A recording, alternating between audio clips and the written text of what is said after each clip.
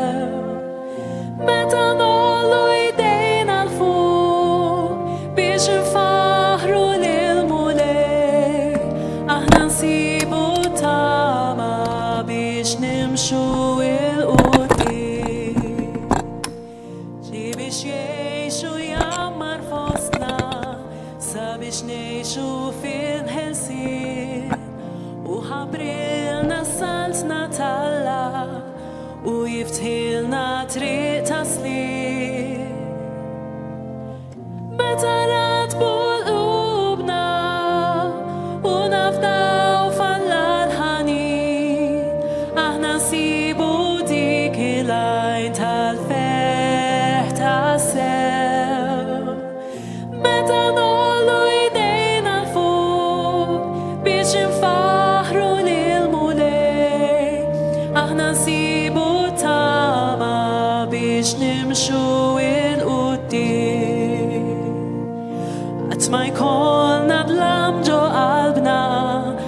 xu jkun id-daw li trid qatt mi beda u qatt il-gwerra iwellidna f'sema ġdid. Meta radbu qlubna u nafdaw falla l-ħanin aħna nsibu dik il-lajn tal-ferħ tas-sew.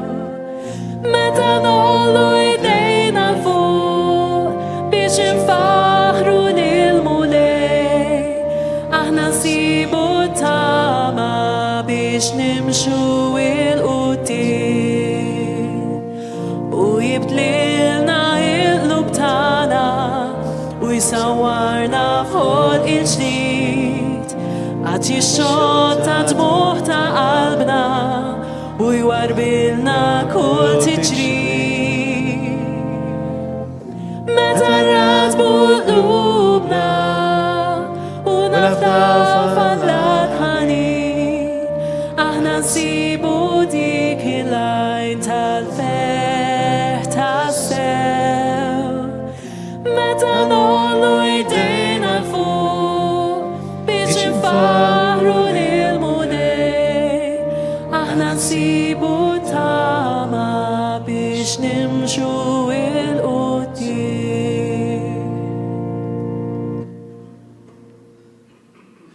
Fl-isem tal-Missier u tal-Iben u tal-Ispiritu Sant.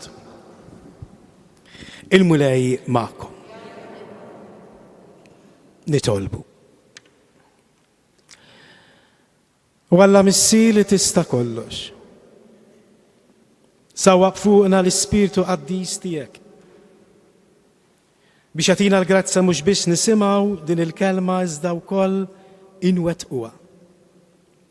Din il-kelma tal-bejatitudnijiet li għandha l-qawwa li tbiddilna f'ċittadini vera ta' din is-saltna u li talla u waħwa ta' xulxin bi Kristu Sidna.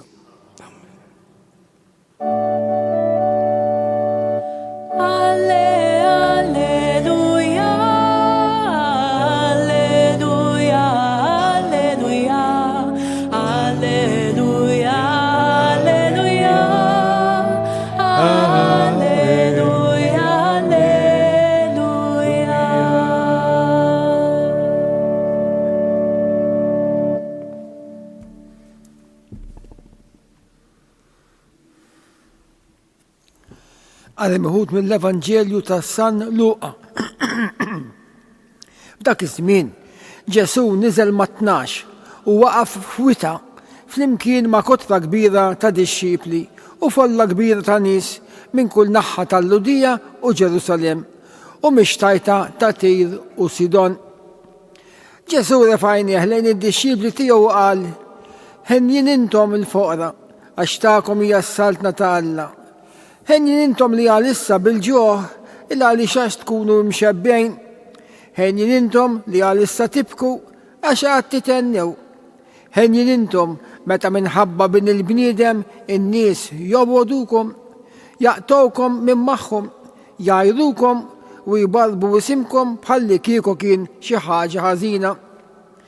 Dakinhar li jiġrilkom hekk, ifirħu u waqbżu bil-ferħ għax araw ħlaskom ikun kbir fis-sema. L-istess għamlu missirijiethom lill-profeti. Imma ħażin għalikom intom il-onja il għaliex il-faraġ tagħkom ħadtuh. Ħażin għalikom intom li għalissa mxebbejn il għaliex għad tkunu bil-ġuħ. Ħażin għalikom intom li għalissa tithku għax għad tnewħu u tibku. Ħażin għalikom meta kulħadd isemmikom fil-ġid għax l-istess għamlu missirijiethom lill-profeti foloz. Il-kelma tal-mulej.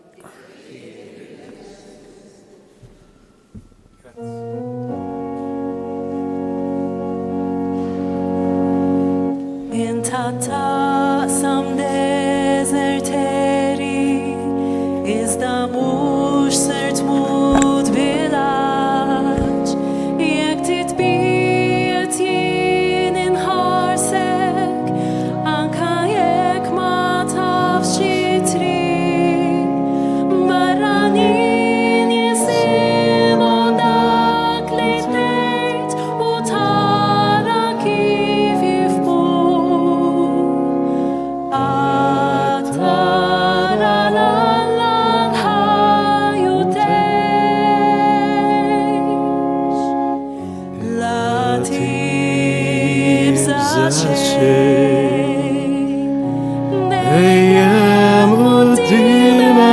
مشي نمشوا فلمكين فيها سيب مستريح ياكن تمشي فوق الهالة انت البحر ما تريش ياكن تعدي من فوسط النيرين ما يجري لك شيء ياك السيب ما وجهك بالانفان والموت تكون راست لك عافلي نكون مهديك في الهين لا تبزع شيء نيم قدامك مشي نمشوا فلمكين فيها سيب مستريح ومبركين انتم الفقار عشت ناتي تاكمي امبيرك مين اتيب كله عشت يتحك من جديد ياك مبادة وزبليت إله من حبة فيها دار تكونوا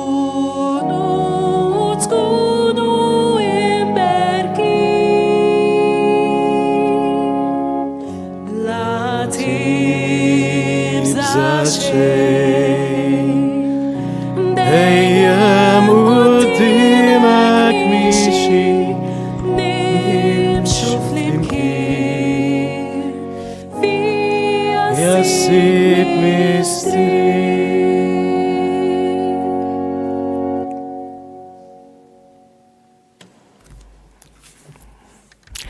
Paċi u ġejt lil kulħadd.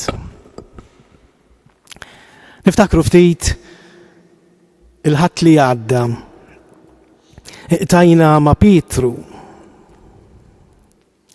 Li ħareġ b'waħda mill-espressjonijiet iż-żbieħ tiegħu. Mulej. Jiena sewwettaq dan li qed tgħidli għax qed tgħidu int. Għax li kieku kien ħadd ieħor ma kontx iwettqu. Aħna nafu li Ġesu prova jagħti dan il-parir lil dan is-sajjieda espert biex imur jistat filgħodu. Fejn aħna nafu li filgħodu ma tmurx tistat.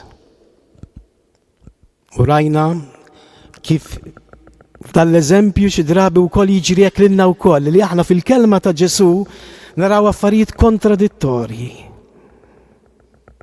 Ma Pietru għażel li jwettaq dik il-kelma għax qed tgħidha int.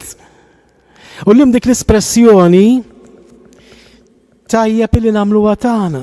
Hemm bżonn forsi wkoll li llum quddiem dan il-Vanġelu li għadna kif qrajna. Ukoll nagħmlu dik l-espressjoni tagħna dik ta' Pietru. Għaliex għax qed niġu mqiegħda quddiem din il-kelma ta' sfida kbira. Irridu nammettu li meta nisimgħu din il-kelma, meta nisimgħuha f'widnejna iva tagħtina pjaċir. Inħossuha bħal duwa. Ħafna drabi aħna s-saċerdoti meta naqraw dan il-Vanġelu, ekku meta nħarġu lejn in-nies, narawhom jagħtu bir-ras, mhux għax ikunu ħajorqdu, għaliex jgħidu donnu naqblu, sabiħ, jaf xi jgħid Ġesu, u qalbna tintela bil-farħ. Imma aħna nafu li dan il-kliem ħafna drabi jibqa' f'moħħna u f'qalbna sakemm nassu sal-bib ta' barra tal-Knisja. Imbagħad noħorġu hemm barra u hemmhekk insibu beatitudnijiet oħra. proposti oħra, mentalità oħra, il-beatitudnijiet tas-soċjetà. Il-beatitudnijiet tas-soċjetà. Imma tajjeb nifhmu li qabel ma naraw daw il-proposti bħala proposta lina, tajjeb li nifhmu li l-ewwel qabel kollox dan il-Vanġelu li qrajna daw il-beatitudnijiet huma r-ritratt ta' Ġesu. Ġesu huwa l-personifikazzjoni ta' dawn il-beatitudnijiet. Dawn il-beatitudnijiet li waslu lil Ġesu biex ikun dak il-bniedem irrealizzat. U minnu dak il-bniedem irrealizzat? Dak il-bniedem mimli bil-ferħ. Aħna ġejna maħluqa biex inkunu ferħana. Dak l-ewwel skop li għaliex ħalaqna Alla. Ħalaqna biex inkunu ferħana. U x'ma nagħmlux? X'ma nagħmlux biex aħna nkunu ferħana. U dan il-kliem tal-lum għalhekk huwa importanti. Għax huwa l-mappa tat-teżor tan-Nisrani biex naslu għal ferħ tagħna. F'San Ġwan kapitlu 15 nisimgħu lil Ġesu jgħidilna qedtilkom dan biex il-ferħ tiegħi ikun tagħkom, biex il-ferħ tagħkom ikun sħiħ. Ġesu jixtieq li bħalmu bniedem ferħan jagħmel minna wkoll nies ferħana. Għaliex dak huwa propjament dak li aħna din infittxu. U għalhekk ejjew nidħlu mal-ewwel dan it-test biex flimkien nimmeditaw dawn il-vrus li fihom iva nsibu dak is-sigriet biex qalb il-bniedem tifraħ, biex ma nibqgħux niġru wara affarijiet li ma jtunux ferħ.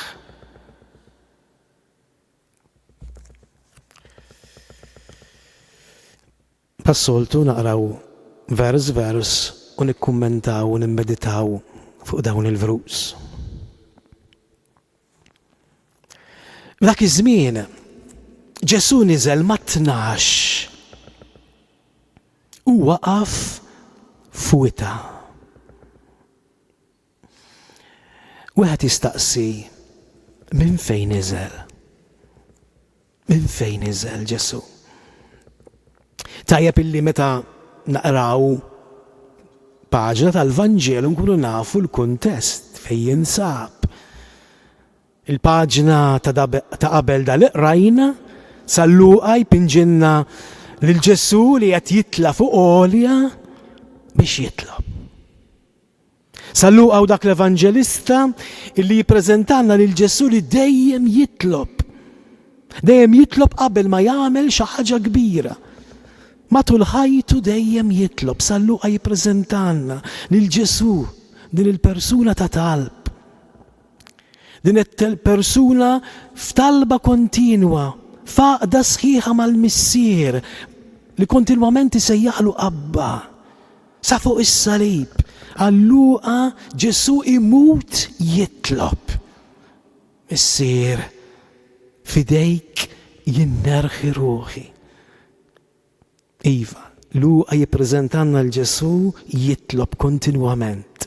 U qabel din il-paġna li ntaqgħu ma' Ġesu fuq l-għolja li tela jitlob għaliex.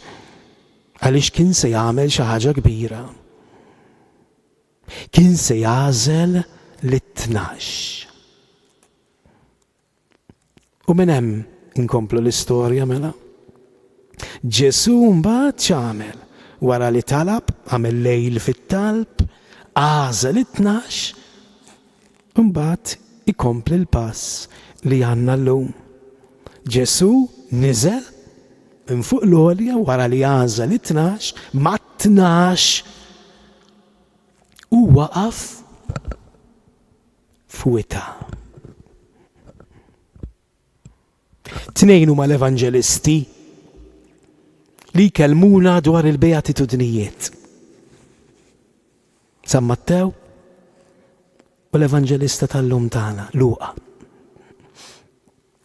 M'għandniex għalfejn nistaġbu illi t-tnejn jagħtuna dan il-materjal imma f'kuntesti differenti.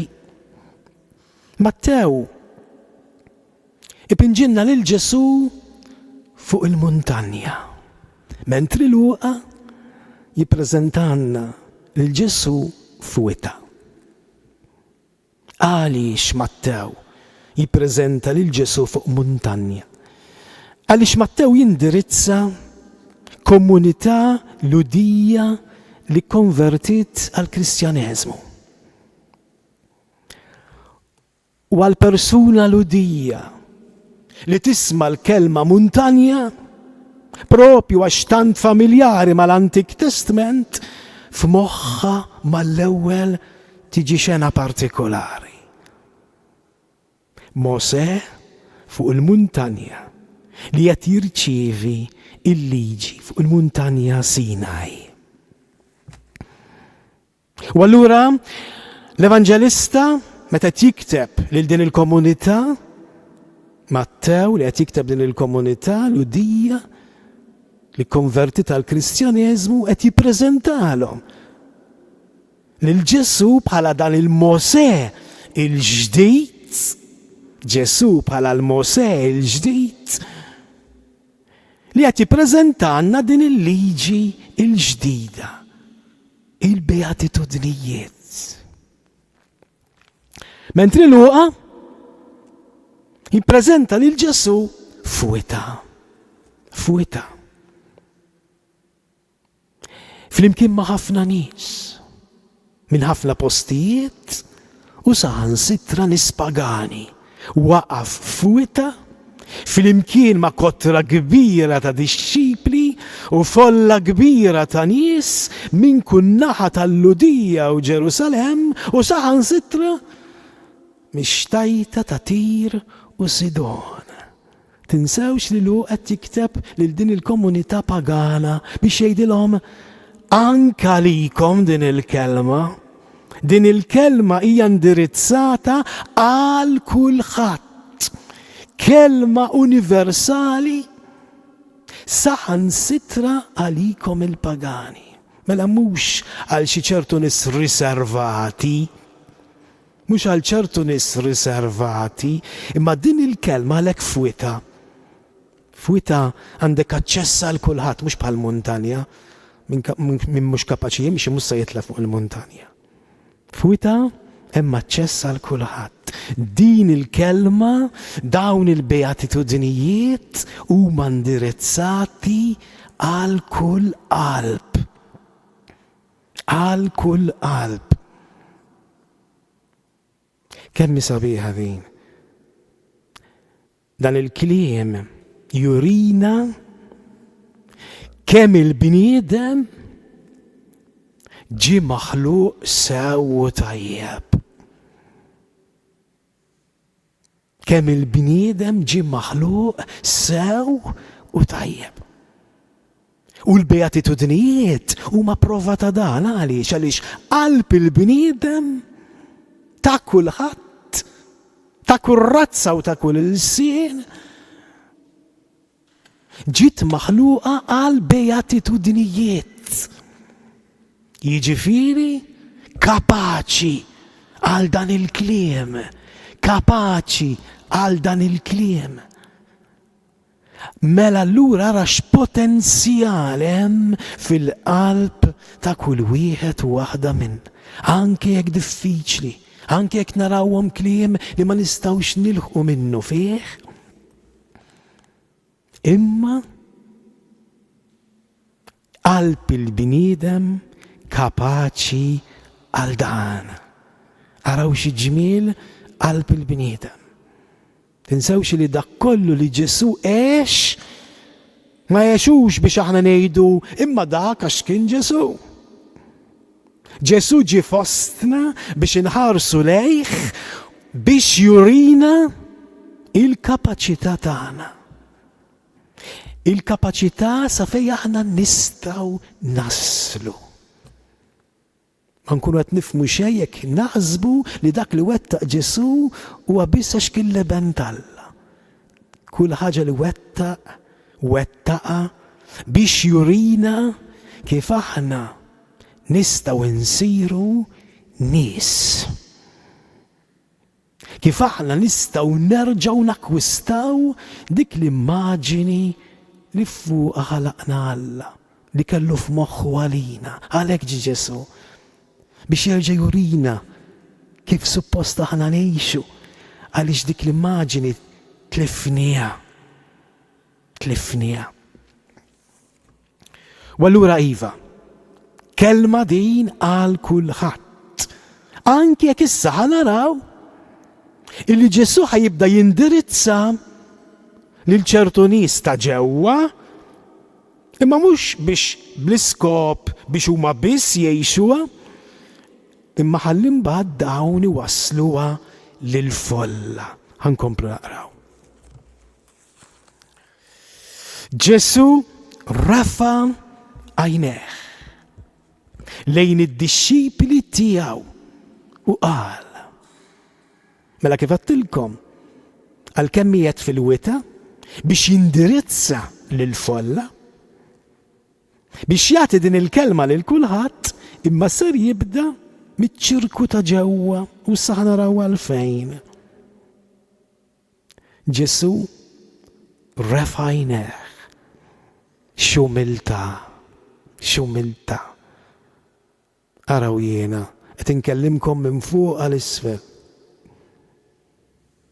Qed inkellimkom minn fuq għal isfel. Ġesu ma jagħmilx hekk. Ġesu jitkellem minn isfel għal fuq. Li mal-min kienu jipoġġu fil-għoli u jkellmu lid-dixxipli tagħhom li kienu l-isfel. Ma Ġesu jarfa' għajnejh. Anka Luqa kontinwament tambar fuq dan. Tiftakru Zakkew, tiftakru wkoll Ġesu li jmur taħt is-siġra u jolli rasu lejn Zakkew. Għaliex? Għax Ġesu huwa Alla. U Alla huwa mħabba. U l-imħabba hija umiltà. U l-umiltà taf titbaxxa. Aħna nħarsu l-fuq biex nfittxu l-Alla, fejn hu Alla, u ma nintaqgħux miegħu. Ma nintaqgħux għaliex? Għax insab hawn isfel. Mhux biss mhux qed iħares f'għajnejna, imma jinsab jaħslinna saqajna, u allura aħna nibqgħu nħarsu l-fuq u ma nintaqgħux miegħu. Ġesu qed jaħsel is-saqajn tagħna. Ġesu refa' għajnejh. Lejn min? Lejn id-dixxipli tiegħu. L-ewwel qabel kollox lejn id-dixxipli tiegħu. U fost dawn id-dixxipli, naturalment, hemm ukoll dawk l-apostli li għadu kif għażel li semmejna fil-bidu. Refa' għajnejh lejn id-dixxipli tiegħu u qal. Anka dan il-verb, attenti ftit. Dan il-verb bil-Malti mhuwiex daqshekk trodott eżatt. Huwa passat kontinwu bil-lingwa oriġinali jew aħjar huwa fl-imperfett. U allura traduzzjoni aqwa kienet tkun Ġesu kien qed jgħid. X'jiġifieri li dak id-diskors ma qalux dakinhar biss, imma għadu jtambaru jgħidu sal-lum il-ġurnata u qed iwasslu l-lejla illum l-inna. Dan id-diskors għadu ħaj, għadu frisk, kif għadna kif smajni ħireġ minn Ġesu l-lejla. Mela mhux qed nitkellmu dwar kelma li qal dak iż-żmien, imma qiegħed verb fl-imperfett dejjem ħaj, għaddej, itambar fuq dan il-kliem, itambru għalina sal-lum il-ġurnata. X'qal? Ħenjin intom il-foqra għax tagħkom hija s-saltna tal-Alla. Ħenjin. ħenjin intom il-foqra. Min huma daw il-foqra? Li Ġesu qed jindirizza tgħidilna l-Evanġelista. Ġesu ħares lejn id-dixxipli tiegħu. Ħares mod partikulari lejn anzi l-apostli tiegħu. Mhux qed ħares lejn il-foqra li għandu fil-folla tafux qudiemhom. Mhux qed ħares lejn il-foqra li hemm fil-folla.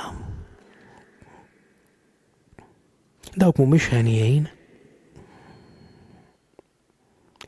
Dawk li ma kellhomx jieklu bil-ġuħ u bil-għaġġ, ħafjin ma kellhomx fejn joqogħdu. Dawk mhumiex ħenjejn. Dawk huma msieken. U Alla ma jixtieqx dak il-faqar. Alla ma jixtieqx li dawk il-persuni jbatu il-faqar. Il-foqra mhuwiex dawk li qed ibatu l-faqar minħabba l-inġustizzja tal-bniedem. Il-foqra mhuwiex dawk li m'għandhomx jilbsu x'jieklu fejn joqogħdu minħabba xi diżastru naturali. Dawn mhumiex ħenjejn. Dawn il-foqra. Dawn huma msieken. U allura lil min Ġesu qed jindirizza? Propju lill-apostli tiegħu. Nerġgħu mmorru ftit il-ħadd li għadda tiftakru wara dik is-sajda mirakoluża. Il-Vanġelu għalaq li Pietru u sħabu kienu 4 ħallew kollox u marru warajh. Mela għal dan il-faqar qed jirreferi Ġesu. Dawk li mirrajhom jażlu li jgħixu fil-faqar. Dawk illi fehmu xi ġifieri tgħix bħala ċittadin ta' din is-saltna l-ġdida. Jarfu illi quddiem din is-sofferenza dan il-faqar huma ma jistgħux jibqgħu indifferenti. Dawk illi fehmu illi Alla u l-Ħallieq li tiegħu huwa kollox, li jipprovdilna kollox, li jagħtina kollox, li kull mandi huwa tiegħu u li jiena biss amministratur u li jiena imsejjaħ biex naqsam maħuti fil-bżonn. Mela dawn huma l-ħenjin. Dawn huma l-ħenjin. Qed taraw kif ma tantx taqbel din il-mentalità daw il-proposti ta' Ġesu ma dawk li huma l-proposti u l-bejatitudnijiet tas-soċjetà. Aħna maħnis se ngħidu li xi ħadd bħal dan ħieni llum fis-soċjetà, aħna ħieni għalina min qed ipappija tajjeb. Għalina sfortunatament, u mhux qed ngħidha jiena ħanisimgħu il-Ġesu jgħid iktar il-quddiem ħajjgħid ħażin għalikom. Ħażin għalikom li llum qed tpappuha tajjeb. Takkumulaw, tippussiedu.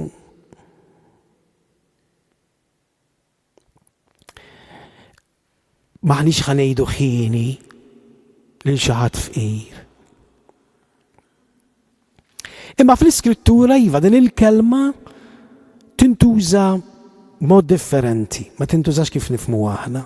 Aħna ngħidu ħieni minn ma joqsu xejn. Ħieni l-għani, dak li għandu l-awtorità, il-poter li ma joqsu xejn, li għandu kollox, għas-soċjetà dan huwa l-ħieni. Għall-Iskrittura għandha sinifikat differenti. Ħieni huwa dak li qed jimxi fit-triq it-tajba, li qed isegwi il-parir it-tajba. Jew inkella fl-Iskrittura nsibu ħieni, nsibu l-kelma ħenjin jew ħieni huwa dak il-bniedem jew tintuża biex turi dik it-triq li persuna tajjeb illi tażel li tgħix. ħini dak li jaħseb fil-fqir u l-batut. Ħini min jimxi fil-liġi tal-mulej. Mela meta l-iskrittura tuża din il-kelma ħini, turina wkoll din it-triq li tajjeb naqbdu, it-triq li twassalna l-ferħ veru.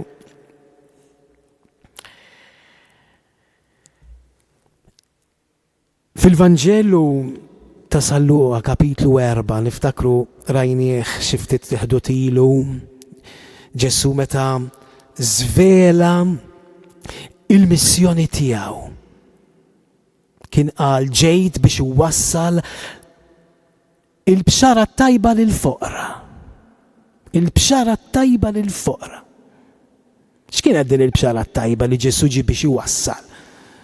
Mhux li dawn il-foqra kienu se jibqgħu foqra. Imma il-bxara tajba lil dawn il-foqra kienet li hu b'dawn il-proposti li ġie biex iwassal il-bniedem xin jisma' daw il-proposti ser jintabaħ illi ma jistax jibqa' jgħix kif qed jgħix. Imma ser jieqaf jakkumula, se jieqaf jipposjedi u ser jara kif se jagħmel biex itaffi l-uġigħ il-faqar ta' madwaru.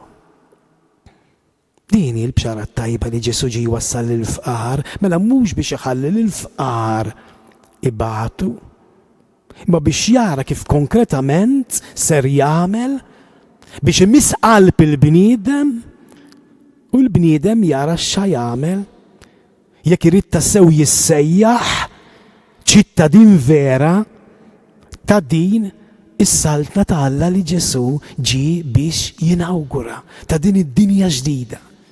Dinja mhux iktar ikkaratterizzata mill-egoiżmu, imma dinja karatterizzata u mibnija mill-altruiżmu. Ħenjien intom il-foqra, mela l dawk l-apostli tiegħu mod partikolari li telqu kollox mir-rajhom. Għax fehmu xi tfisser tagħmel parti minn din is-saltna. U attenti se jgħidilhom.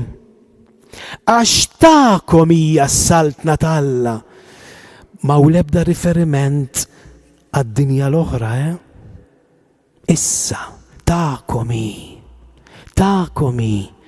is-saltna ta' Alla. Fil-mument li aħna nagħmlu hekk, issa qed jistedinna Ġesu. Fil-mument li nagħmlu hekk, mhux ħadd tkun tagħna s-saltna ta' Alla, mhux qed jirreferi għall-ġenna hawnhekk. Jekk aħna tassew nixtiequ nissejħu nsara, ma nistgħux ma nagħmlux hekk. Dawn il-paġni li aħna naqraw huma delikati ħafna f'dawn il-ħdud, daw it-tliet ħdud li ġejjin, għandna 3 paġni ta' importanza kbira. Li jekk inqassuhom ma nistgħux nibqgħu nissejħu nsara. Mhijiex optional din. Dan il-kliem ta' Ġesu hija xi ħaġa li jekk verament inqtajna ma' Ġesu u fimna x'jiġifieri li aħna minna dan il-passaġġ mid-dinja l-qadima għad-dinja l-ġdida, mis-saltna l-qadima għas-saltna l-ġdida ma nistgħux ma nippruvawx nagħmlu xi ħaġa. Importanti li tal-inqas nifhmu il-valur ta' dan il-kliem, anke kalissa forsi għadna ftit xi ibsin, xi ftit ibsin biex iwettqu dan minnu fih. Tagħkom hija s-saltna ta' Alla. Mela issa l-weda ta' Ġesu. Jekk aħna nagħmlu dan biss, nistgħu tassew nkunu kandidati tas-saltna. Jekk aħna nagħmlu dan, ħankunu kandidati tas-saltna għaliex? Għax ħanitalmu nistruħu fuq Alla. Dawn huma żewġ kondizzjonijiet importanti li jagħmlu minna kandidati vera tas-saltna ta' Alla. X'inhu l-metru?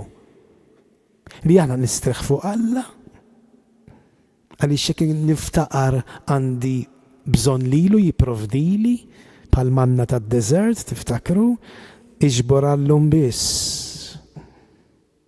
Allura l-għada jkollok tistenna u tistriħ fuq Alla. li nitalmu nistruħu fuq Alla u attenti din ukoll hemm bżonn nifhmuha u li nitgħallem nistrieħ fuq l-oħrajn. Illum is-soċjetà tgħallem xi ħaġa opposta, studja stinka biex ma tiġi bżonn ħadd meta nkunu għadna żgħar. Mentri din il-mentalità tmur kontra kull loġika tas-salvazzjoni. Aħna ġejna maħluqa biex ngħinu l-xulxejn. U llum sfortunatament is-soċjetà tedukana biex jien ma niġix bżonnok u int ma tiġix bżonni. Ir-riċetta biex ma nsalvawx. Ġesù twilet tarbija biex jallimna din il-ħaġa. Alla l-imbirek jażel li jitwilet tarbija fil-bżonn ta' kulħadd. Kieku ma kienux Marija u Giuseppe dik it-tarbija kienet tmut. Araw ftit. Importanti nifmu l-messaġġi profondi li joħorġu minn daw il-misteri li aħna niċċelebraw. Dik it-tarbija tallimna li m'hemm xejn nistħu xi dejjaqna li jiena niġi bżonnok għax min iħobbok m'għandu l-ebda problema li jiġi bżonnok. Dik hija s-supervja tagħna.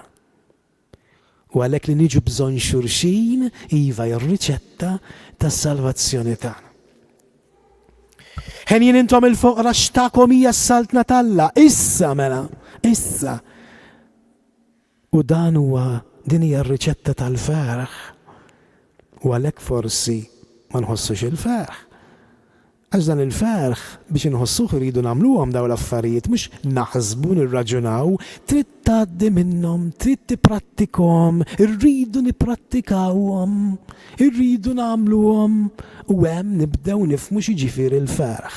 Il-ferħ mhux se jiġi qabel ma nagħmluhom, mhux se jiġi għax nifhmu dan il-kliem, mhux għax nifhem dan il-kliem se nkun ferħan. Imma jekk iwettqu tassew se nkun ferħan. Issa, mhux il-ferħ meta nkunu fil-ġenna, issa tgħidilna jekk tagħmlu dan, il-weda ta' Ġesù tkun ħieni, issa. Il-weda hija appuntata għallum. Ħejn jien intom li għalissa bil-ġuħ għax tkunu mxebbejn. X'inhu dan il-ġuħ? Fil-mument li jiena nsir membru ta' din is-saltna, x'in naraf madwar is-sofferenzi, ma nistax ikun illi nibqa' ngħix kif qed ngħix. Se jkun li nagħmel għażliet iktar sobri, iktar attenti. X'in nara kemm nies qed imutu bil-ġuħ, kemm faqar, kemm nies isofru, jekk jiena verament ċittadin ta' din is-saltna ma jistax ikun nibqa' naffordja dal-ikel raffinat kuljum, dal-ilbis tad-ditta kontinwament. Mhux għax ma nistgħux nagħmlu xi kapriċċ l-emmulaw, imma jekk verament nidħlu f'din is-saltna u nifhmu l-uġigħ u nmissu ma l-uġigħ ta' din is-saltna se jkollna nagħmlu għażliet sobri. Għalhekk qed tgħidilna ħen jien intom li għalissa bil-ġuħ imxenqin għal ċertu affarijiet li naraw madwarna fil-ġirien tagħna, fil-ħbieb tagħna nixtiequ jkollna bħall-oħrajn imma niddeċiedi li jiena nibqa' mingħajr xi ħaġa biex jiena ngħin lill-batut. Biex jiena ngħin lill-batut. Għax tkunu mxebbejn. Tkunu mxebbejn. Anka hawnhekk ma nistgħux nifhmu xi tfisser din inkunu mxebbejn qabel ma nagħmlu dawn l-għażliet. Ħejn jien intom li għalissa tibku għax qed titennew. Iċ-ċittadin vera ta' din is-saltna, dak li jsir membru veru ta' din is-saltna, ma jistax jibqa' jittollera ċertu affarijiet fil-ħajja tiegħu. Gwerer, inġustizzi, abbużi ta' kull tip, faqar. X'in wieħed jara din id-diskrepanza bej dak li jixtieq Alla u dak li għadna ngħixu fis-soċjetà. Kemm għadna lura biex nilħqu is-saltna tal-Alla. Allura iċ-ċittadin ta' din is-saltna l-ġdida qalbu ma ttieħx. Sar jibki ħin jien intom li tibku. Biki ta' wieħed li jħobb, tiftakruh il-Ġesu palma beka fuq Ġerusalem. Biki ta' wieħed li jħobb. Għax għad titennew. Għaliex għad titennew. Għaliex dan il-biki ma jipparalizzanix. Anzi ħajimbuttana biex namlu l-ġid. U dan il-ġid li aħna namlu se jagħmlina bil-ferħ, se jagħmlina bis-sodisfazzjon. Se jnamlu minn kollox biex namlu l-ġid. U maħna se nintaqgħu wkoll fil-mixja tagħna ma' oħrajn li jixtiequ jagħmlu l-ġid u flimkien se nesperimentaw dak il-ferħ tas-solidarjetà. Se nibnu relazzjonijiet. Però wkoll se nitennew għax Alla se jimlina bil-ferħ. Għaliex il-bniedem li jħoss u jibki għall-affarijiet li naraw madwarna fis-soċjetà huwa fuq l-istess frekwenza ta' Alla li jikbi wkoll. Għajnejn Alla huma mixħuta fuq dawk li qed ibatu. U allura qalbna qiegħda tħabbat ma' dik ta' Alla. U allura se nidħu fiktar intimità ma' Alla meta qalbna tħabbat ma' tiegħu. Danu li qed jgħidilna nitennew għax qatt nitennew. Ħejn jien intom meta minħabba bin il-bniedem in-nies jobbodukom. Mela ħen jien mhux għax ċabċpunna. Ħen jien biss meta jobboduna. Interessanti di hekk. Ħen jien meta jobboduna. Meta jippersegwitawna. Min jirraġuna skont il-Vanġelu ma jistax ikun li jċabċpulu. Imma jċabċpu ilu. Għaliex min jirraġuna skont il-Vanġelu se jitkellem skont il-verità. U l-verità tweġġa. U l-verità tikxef. U l-verità tikxef l-awwar. U allura dawk li jixtuq jibqgħu jgħixu fid-dlam u l-moħħbi mhux se jittolleraw dan id-diskors. Dakinhar li jiġrilkom hekk ifirħu waqbżu bil-ferħ għax araw ħlaskom kbir fis-sema. Attenti ftit huwa l-uniku darba hawnhekk f'dan il-bejatitudni, f'din l-unika darba fejn qed tissemma s-sema. L-oħrajn huma kollha appuntati fuq l-art li tkun ħini hawnhekk fuq l-art. Imma hawnhekk f'din ir-raba bejatitudni qed jagħmel riferiment tas-sema għaliex għax f'moħħu hawnhekk Ġesu qed jitkellem fuq il-persekuzzjonijiet anke fuq il-martirju. Fuq il-martirju. U allura l-Evanġelista naturalment jitkellem anke fuq is-sema biex jagħmel kuraġġ lill-membri tal-komunità li setgħu jkunu għaddejjin minn dawn l-esperjenzi. Dakinhar li jiġrilkom hekk ifirħu waqbżu tal-ġenn u x'hekk. Ifirħu waqbżu għaliex. Għaliex se jkollna l-opportunità li nagħtu xhieda. Il-ħadd li ġej se nisimgħu kelma sabiħa. Birku lil min jippersegwitakom. Għaliex? Għaliex min jippersegwitani biss u għal-għadu tiegħi biss li jtini l-opportunità inħobb bħal Alla.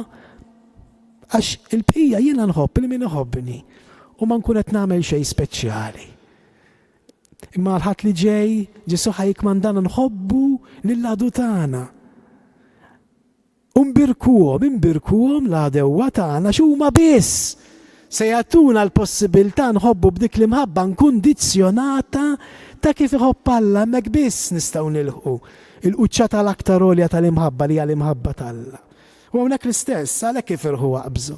Għax ħajtuna dik l-opportunità fil-mument tal-persekuzzjoni li nagħti xieda ta' din imħabba bħalma għamel Kristu fuq is-salib li ossorba kollox ġo fih u rebaħ kollox l-imħabba. U ħlaskom ikun kbir fis-sema. Il-premju ikun dak ta' Alla, ikun dak ta' Kristu, il-qawmien. U x'inhu dal-premju? X'inhu dan il-premju? Eżiż. Mhumiex flus, tafux, jew affarijiet, jew artijiet. Aħna maħniex qed nagħmlu tajjeb biex nieħdu l-premju. Neħħuha minn moħħna, mhux biex nirċievu affarijiet. Imma tnamlu tajjeb biex insiru nies, biex insiru bħal Alla, biex insiru nixbħuh. Insiru nixbħuh. Fl-ewwel ittra ta' Ġwanni u xekk. Aħna meta nidru qudiemu narawh kif inhu għax inkunu bħalu. Dan hu l-premju. U minn issa stess daw il-beatitudnijiet għandhom l-iskop illi jbidluna f'Alla, dan hu li qed naħdmu għalih aħna li nsiru bħal Alla, dan hu l-ikbar premju li rridu naħdmu għalih. Imma ħażin għalikom u nagħlqu bl-opposti. Ħażin għalikom, attenti eżisti. Traduzzjoni żbaljata l-aħħar bil-Malti ma trendix. Hawnhekk Ġesu laqgħet jisħet u laqas jeddet bil-kastigi, imma traduzzjoni hi waħda biss. Ja ħasra għalikom. Bidmuħ fajneħ Ġesu qed jgħidha din, ja ħasra għalikom. Għax ma fimtu xejn. Ja ħasra li mintomx tinvestu la għal dil-art fuq dil-art u waqqas għad-dinja l-oħra. La fuq dil-art mintom tinvestu. Għax ħat ispiċċaw tkunu bil-ġuħ.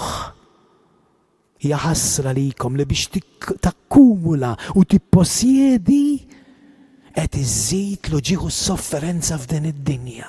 Taf x'qed toħloq dak il-baħ bejn tiftakru għal-parabola tal-għani u l-fqir Lazzru.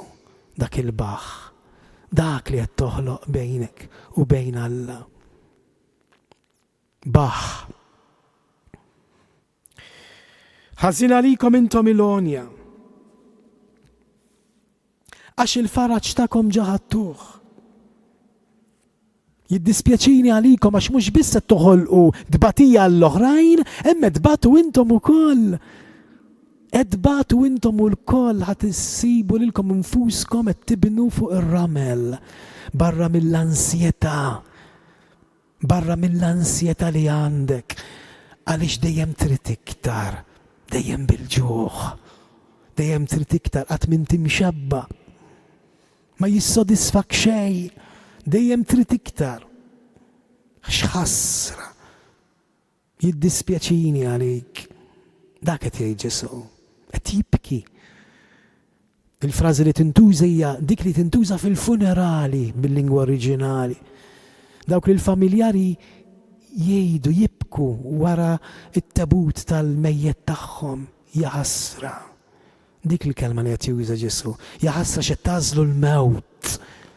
Ħasra li qed tażlu l-mewt. U qed toħolqu wkoll problemi għalikom l-ansja għall-biża li titlef kollox. Il-biża li titlef kollox ukoll. Barra li m'intix qed tinvesti għad-dinja l-oħra. Aħna niftakru li d-dwana meta ħnaddu mid-dwana li twassalna d-dinja l-oħra huwa biss dak li nkun tajt li ħansib, dak li nkun tajt li ħansib u dak li nkun ġemmajt huwa dak li se nħalli warajja. Ħażin għalikom intom li għalissa mxebbejn rajna biex b'kull ħaġa li jiġi għal idejna niffungaw b'kollox. L-importanti li nkunu kuntenti, imma mhux li naslu għal ferħ.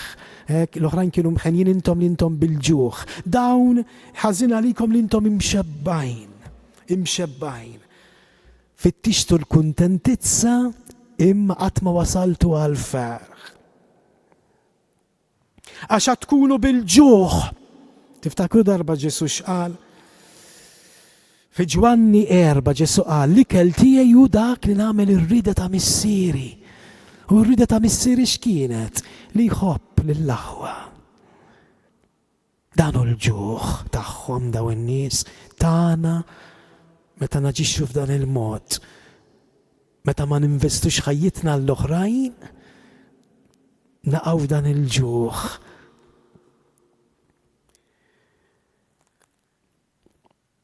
Ħażin għalikom li għalissa titku. Ġesu m'għandu l-ebda problema bid-daħk, tafux li nitħu xi daħk, mhux għal dan qed jirreferi, imma dak il-daħk vojt li jrid jagħti il-vojt u d-dwejja fil-qalb tagħna. Il-bniedem li jitċaċċra l-ħin kollu. Dak id-daħk li jikxef il-vojt profond.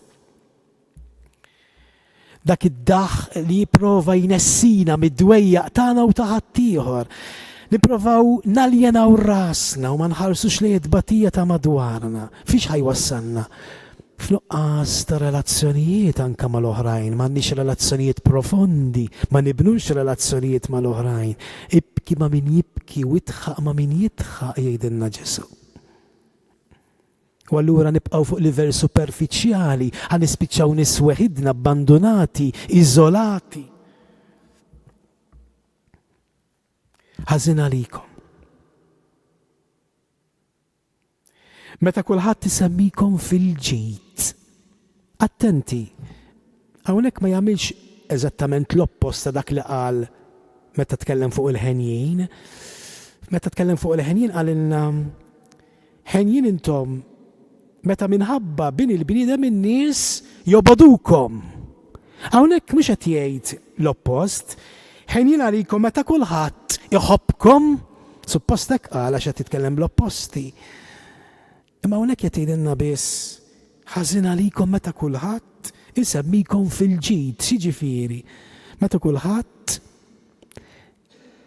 iffittxek għax inti sinjur, għax jaf kemm inti sinjur, għax jaf kemm għandek awtorità u poter, però ma jgħidlekx ħażin għalikom meta kulħadd iħobbkom għax tini min ikun sinjur u fil-poter ikollu ħafna nisim dawrin miegħu, kulħadd ifittxu u jitkellem fuq u imma qed jgħidilhom attenti, iftħu għajnejkom, ja ħasra likom, intom qed taħsbu li għandkom ħafna nies iħobbukom għax imdawrin bin-nies, imma ħassiru tafu ħadd intabaħ li n-nies tafax qed tiġri warajk biex tipprofitta minnek, biex tara se tieħu minnek għalhekk biss, x'delużjoni se tispiċċa fiha. Ħażin għalikom meta kulħadd isemmikom fil-ġid. Għax l-istess għamlu missirijietkom lil profeti foloz. Ħażin għalikom meta kulħadd iċabċbinna. Għax ifisser li aħna maħniex nimxu skont il-proposti ta' Ġesu. Sinjal li qegħdin meta jċabċbunna, meta jħobbuna, meta jduru magħna, meta jolluna, sinjal li qegħdin inkellmuhom skont dak li jixtiequ jisimgħu. Skont dik li għax-xewqa tan-nies maħniex nitkellmu żgur fuq il-linji ta' Ġesu.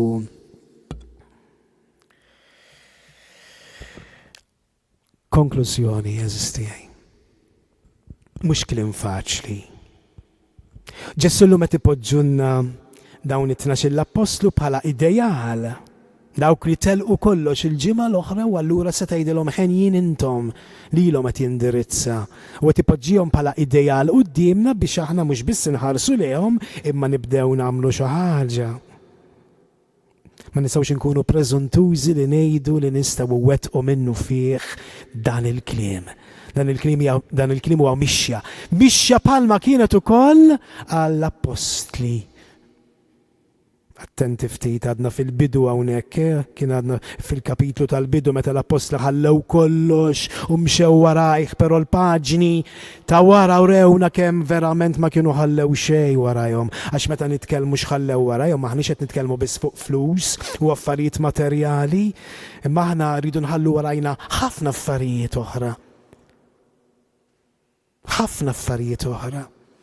Għana rridu nagħtu, Ġesu qed jgħidilna biex nagħtu mhux biss il-flus l-affarijiet materjali, imma rridu nkunu kapaċi naqsmu mal-oħrajn dak li huma hija wkoll l-intelligenza tagħna, l-ħin tagħna, l-kariżmi tagħna, kollox rridu nkunu kapaċi npoġġu għad-dispożizzjoni tal-oħrajn. Imma dawn l-apostli aħna nafu li mpaġna wara l-oħra sal-passjoni ta' Ġesu juruna daw il-paġni li jsegwu li ankuma kienu għadhom lura biex iħallu kollox warajhom. U allura dan irid jagħmlilna kuraġġ. Aħna wkoll qed niġu preżentati dan id-diskors biex inpoġġuh qudiemna u biss bl-għajnuna tal-Ispiritu Talla li tlabna fil-bidu, għalhekk importanti. Nitolbu l-Ispiritu Talla u biss l-istint tagħna, in-natura tagħna tal-bniedem ma tistax tgħinna ngħixu dan, imma bl-għajnuna Talla biss, bl-Ispiritu Talla li għandna fina se jkollna l-qawwa li jum wara jum nippruvaw nwettqu xi ħaġa minn dak li llum doqna.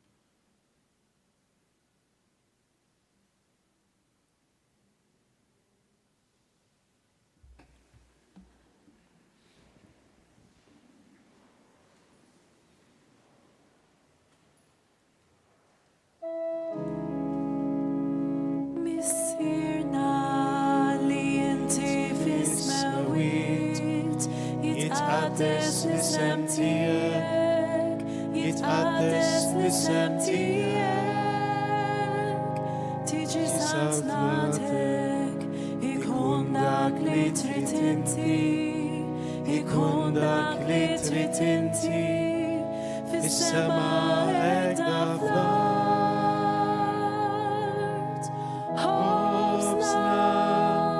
خبزنا تاكل يوم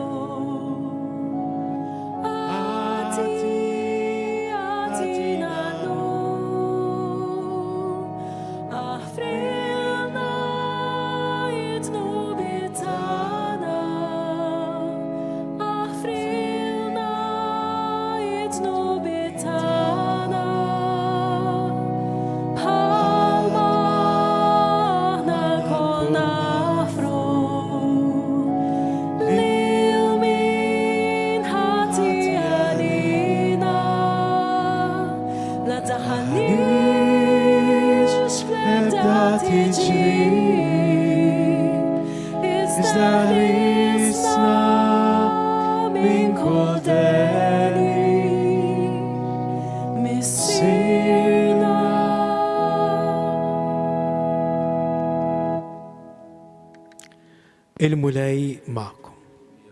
Ibarikkom Alla li jista' kollox, il-Missier, l-Iben u l-Ispiritu Sant. Ejja morru nkomplu ngħixu fil-paċi ta' Kristu. Il-lejl tajjeb lil kulħadd. Grazzi.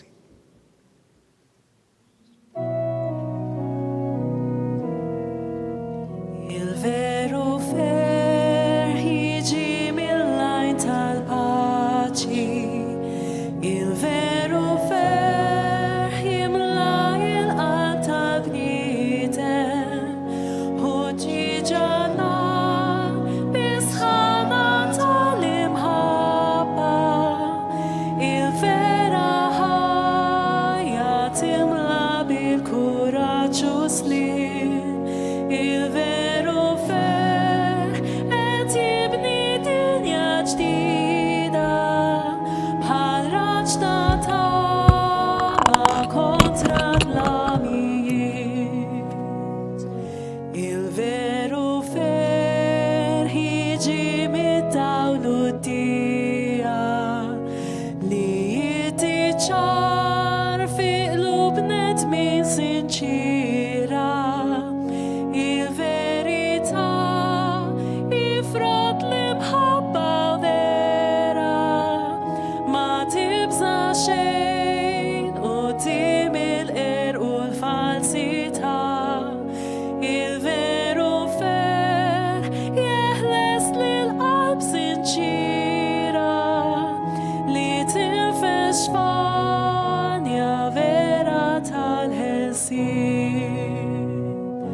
Il-veru fer qed jiksi d-dinja kollha minkejja nħażen u ġnub fil-qalb tal-bniedem. Inħallu il-ferħ tal-kelma ta' Alla, il-ferħ ta' din il-bxara tajba illi għadna kemm smajna u smajnija wkoll infisra tant tajjeb minn Patri Arter jimla il-ħajja kollha tagħna. Inġorruh magħna tul din il-ġimgħa illi se nibdew bil-mod ngħixu sakemm mill-ġdid nerġgħu niltaqgħu biex inħallu trejjaqna din il-kelma il-ħadd li ġej fis-sebaħat ta' matul is-sena. Eżis telespettaturi u semmija illi segwejtuna nirringrazzjawkom illi kontu magħna għal darb'oħra, infakrukom illi din il-lezzju divina tibqa' għaddejja minn ħadd għal ieħor dejjem fis-6:30 ta' filgħaxija mis-Santwarju ta' Pinu. Sakemm niltaqgħu il-ġimgħa d-dieħla nixtiequlkom il-kumplament tal-lejla tajba.